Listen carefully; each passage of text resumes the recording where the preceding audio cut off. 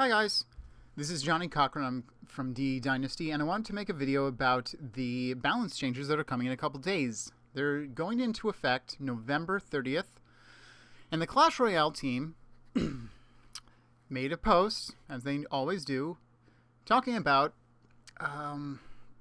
their upcoming balance changes and what they're doing, why they're doing it. And a lot of people are going to have opinions about it, positive or negative, and that's okay.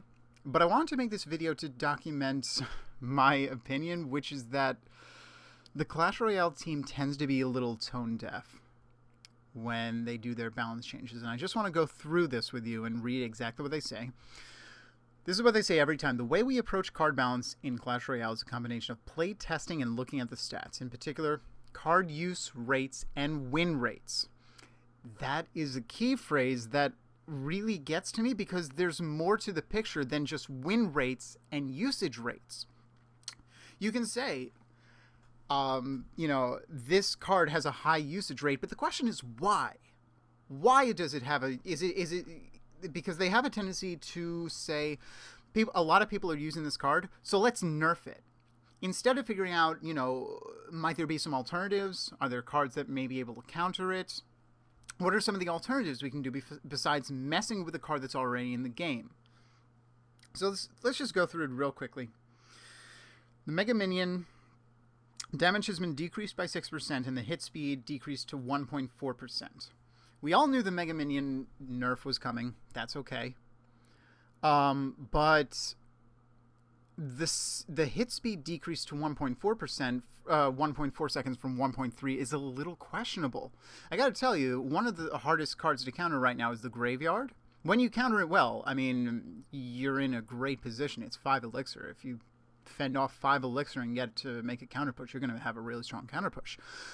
But Mega Minion has already sucked countering that, and I think that's one of the I don't know. The damage decrease I can deal with and I can understand. 6% is something like what the Hog was nerfed by a couple, patches back. And that's fine. The Hog is still used. It's just not overpowered like it's in every deck. That was a good nerf. Maybe we'll see this with the Mega Minion as well. Maybe not. I don't know. I just don't think the hit speed decrease to 1.4 seconds was needed. But then again, we're talking 1.3 to 1.4. That's 1/10 of a second. It might not actually make that much of a difference. We'll have to see. Moving on, the Elixir Collector production speed is increased to 8.5 seconds from 9.8. That's really cool, actually. The lifetime has been decreased to 70 seconds. The math on that is that you're still going to get 8 Elixir. The hit points haven't changed. It just makes you get more Elixir out of it quicker. Which honestly is great, but I gotta say, their description is hilarious because it says our last change took the Elixir Collector from a heavily overused card to a relatively underused one, so now we're going for a middle ground. I don't know who fucking wrote that, but man, they nerfed the Elixir Collector. It has to be at least 3 times, maybe 4, I don't remember. Because people used to throw the Elixir Collector in the middle of the map, not only to build up Elixir, but to distract from enemy troops coming in, because it had such high hit points. And they nerfed the hit points once, twice, 3 times. And then they nerfed it again, not hitting the hit points anymore, but they made it more expensive. So now they're like, oh, now no one's using it. Right, because you nerfed it into oblivion.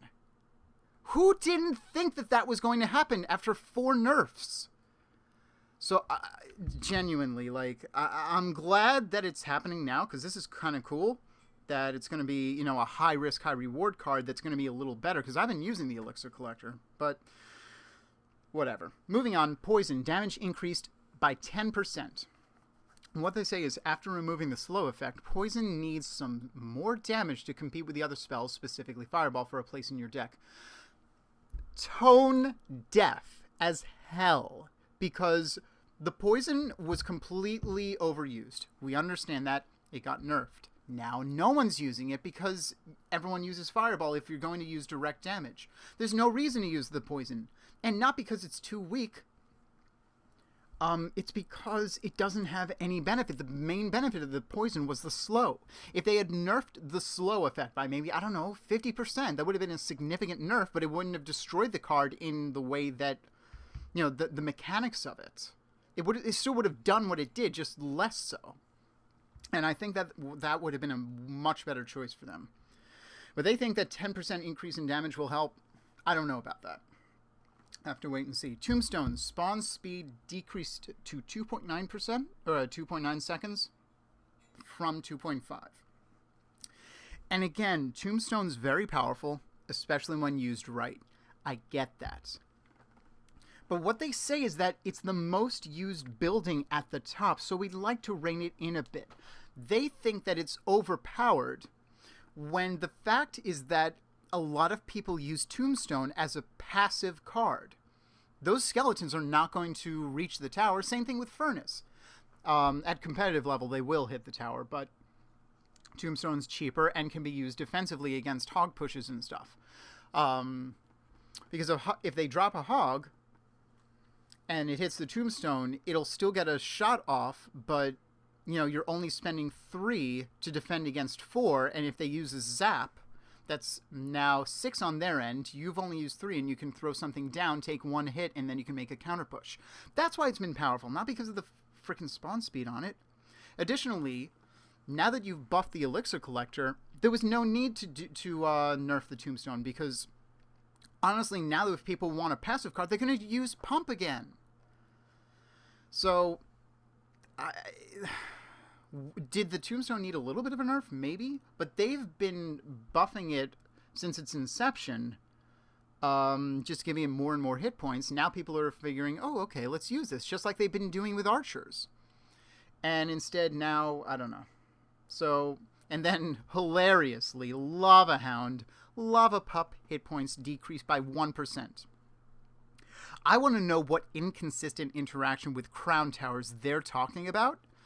Because right now, you have nothing but people talking about how powerful Lava Hound is. You know, Lava Hound decks along with Inferno Dragon, Mega Minion. Mega Minion's been nerfed. Okay. So maybe they think there isn't an issue with the Lava Hound. If that's the case, fine. But honestly, I do think there is. Because you can spend so much, you know, defending a Lava Hound, and you're still going to have to deal with the pups. And Zap isn't going to kill it. Few people really run Arrow. So I don't know. Anyway, that's really what I wanted to talk about.